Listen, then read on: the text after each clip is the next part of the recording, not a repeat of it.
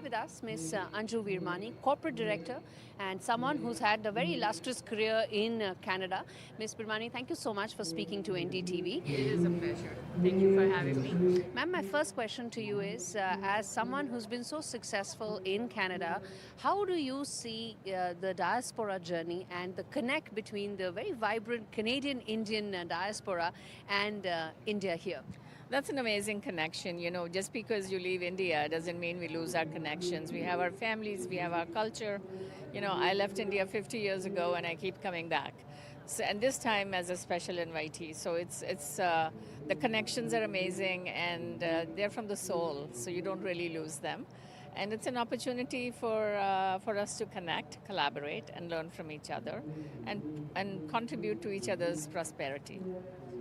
As someone who's very closely involved in the Canadian society as well, I have to ask you this, how things have been shaping up the last couple of months in Canada as well, the political landscape and so on and so forth. How do you see that? Someone who's pretty much sailing in two boats, someone who's Indian but also, of course, Canadian.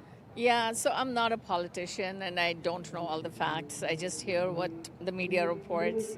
It makes me very sad. That's all I can say. It makes me really sad to see that the people-to-people connection is getting lost. The politics, the diplomacy will take care of itself. You know, it's a matter of time. People will figure out, negotiate, whatever they need to do. But from a people-to-people basis, I know of people who want to go to weddings in Canada. From here, they don't get visas. People from India, from Canada, who want to come back to visit their families, who are, you know, some are not in good health and they're not able to get visas. So that's the disappointing part.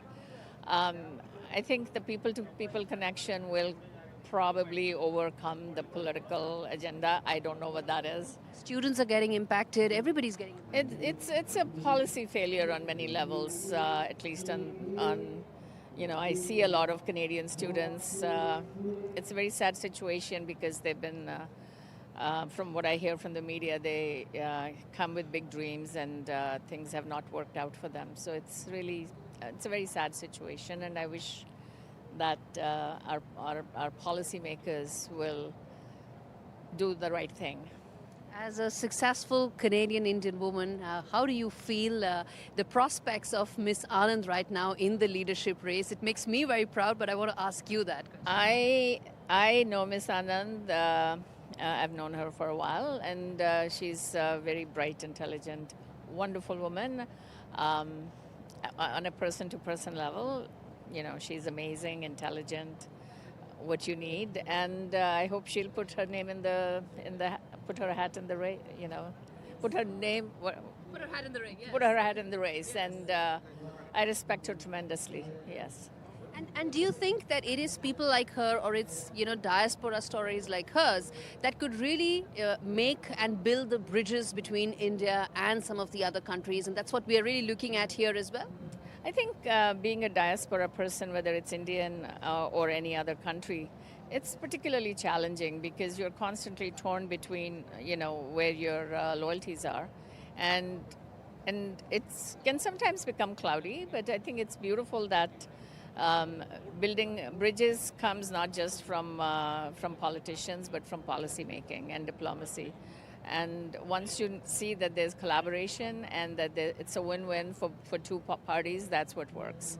So we have to find means and ways and be creative and innovative in our approaches, and that's through cultural exchanges, events like this, where people have the ability to collaborate and learn from each other. After all, knowledge is power, you know, so the more you share, I really believe, you know, knowledge is given to us to be shared. So when you teach and you mentor young people, which is what I do right now, it's an amazing story. And finally, let me, you know, ask you this, that in terms of the Canada-India relations, it's been a huge success, but right now it's seeing some of its most challenging times. Going forward, how do you see those reviving, or do you think it could take some time before things go back to being normal? You know, it's like a quarrel between siblings, and you know, you do kutti for a while, you don't talk to each other, but eventually we are all the same. We are all humanity.